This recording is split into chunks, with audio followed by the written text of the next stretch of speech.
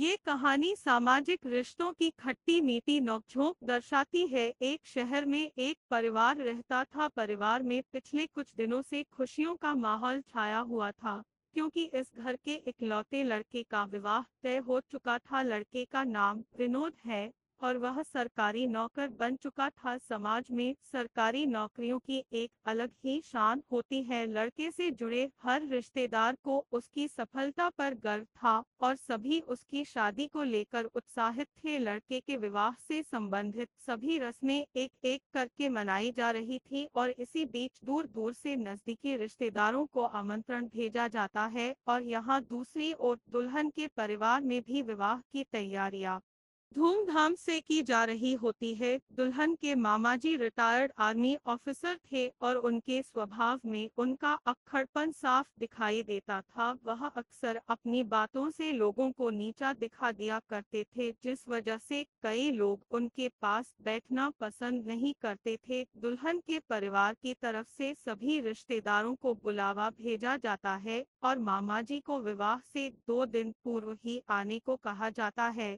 ताकि शादी की सभी तैयारियां समय से करवाई जा सके। सभी यह बात जानते थे कि मामा जी समय की पाबंद है, लेकिन सख्त स्वभाव होने की वजह से वह हर एक व्यक्ति से कठोर व्यवहार करते थे और यही सबसे बड़ी चिंता थी, कहीं मामा जी के बर्ताव से कोई नाराज न हो जाए। और कुछ इसी तरीके के स्वभाव का दूल्हे का फूफा दूल्हे के फूफ भी होता है। शादी का कार्ड मिलते ही दूल्हे का फूफा दूल्हे के फूफ अपनी पत्नी के साथ शादी के कपड़े खरीदने जाता है और एक एक करके कई दुकानों को देखने के बाद भी बिना कपड़े खरीदे बाजार से वापस आ जाता है और तय करता है कि अगले दिन बड़े शहर जाकर वह अपने और अपनी पत्नी के लिए कपड़े खरीदेगा। और वह दूसरे शहर जाता है, लेकिन उसे वहां भी कुछ पसंद नहीं आता और फिर वह अपनी पत्नी से कहता है कि हम कल कोई और शहर चलेंगे, वहां जरूर हमारे मन के कपड़े मिल जाएंगे।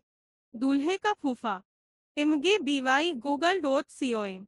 उसके इस बर्ताव से उसकी पत्नी नाराज हो जाती है और कहती है कि तुम्हारी शादी है क्या, जो इतनी छानबीन करके कपड़े ले रहे हो, और चुपचाप यहीं से कपड़े लेकर चलो, नहीं तो मैं शादी में नहीं जाऊंगी। और मजबूरीवश उसे वहीं से कपड़े लेने पड़ते हैं। और यहाँ दूसरी ओर दुल्हन के मामा शादी के एक हफ्ते पहले ही लड़की वालों के यहाँ आ जाते हैं और शादी की तैयारियों का जायजा लेने लगते हैं। तभी अचानक उन्हें पता चलता है कि अभी तक शादी में खाना बनाने के लिए हलवाई नहीं मिला है। और यह बात सुनते ही मामा जी को गुस्सा आ जाता है और वह दुल्हन के पिताजी को खरी खोटी सुना देते हैं और कहते हैं, आपने मुझे पहले क्यों नहीं बताया, मैं हलवाई अपने साथ ही ले आता।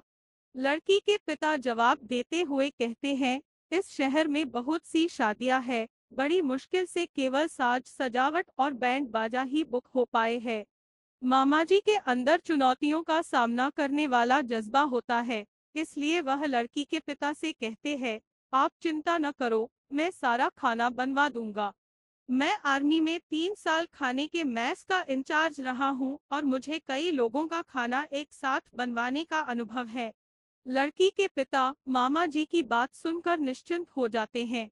यहाँ लड़के का फूफा अपनी पत्नी की नाराजगी की वजह से कपड़े तो ले लेता है, लेकिन वह मन में तय करता है कि जूते लेने तो मैं अपने मर्जी से दूसरे शहर ही जाऊंगा। और वह अपनी पत्नी को बिना बताए अगले दिन दूसरे शहर निकल जाता है और कुछ दुकानें घूमने के बाद उसे उसके मन के जूते नजर आ जाते हैं और वह बहुत ही शानदार जूते खरीद कर ले आता है। और अब विवाह का समय भी आ जाता है।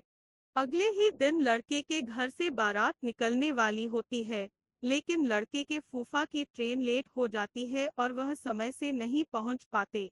मजबूरी में लड़के वालों को बारात निकालनी ही पड़ती है और जैसे ही लड़के का फूफा पहुंचता है, बारात निकल चुकी होती है। दरअसल यात्रा के दौरान इनके मोबाइल में नेटवर्क भी नहीं होता, इसलिए वह अपने विलंब की सूचना नहीं दे पाए थे। लेकिन बारात उन्हें लिए बिना ही चली गई थी और इस बात से वह बहुत नाराज हो जाते हैं। लेकिन विवाह में उनका होना अनिवार्य है, क्योंकि कई रस्में उनके साथ जुड़ी हुई थीं। सभी के मनाने पर फूफा बारात जाने को तैयार हो जाते हैं। लड़की वालों का घर यहाँ से 2 घंटे की दूरी पर